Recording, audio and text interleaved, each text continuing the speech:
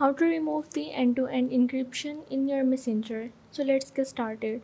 So firstly you have to go into your messenger and click on this three horizontal lines that is in the top left corner and go in the settings.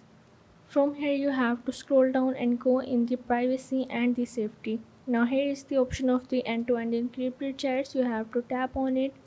From here go in the security alerts and click on the manage security alerts. Now here you have to make sure that this option of the contacts devices or the key change is disabled, and after that you have to go back and you have to open up the chat and click on the person profile. From here you have to go in the restrict, and from here you can also unrestrict the chat or remove the end-to-end encryption by unrestricted the chats. So that's how you can remove the end-to-end encryption in your messenger or turn off it. So if this video helped you out, make sure to like and subscribe the channel, and see you in the next video.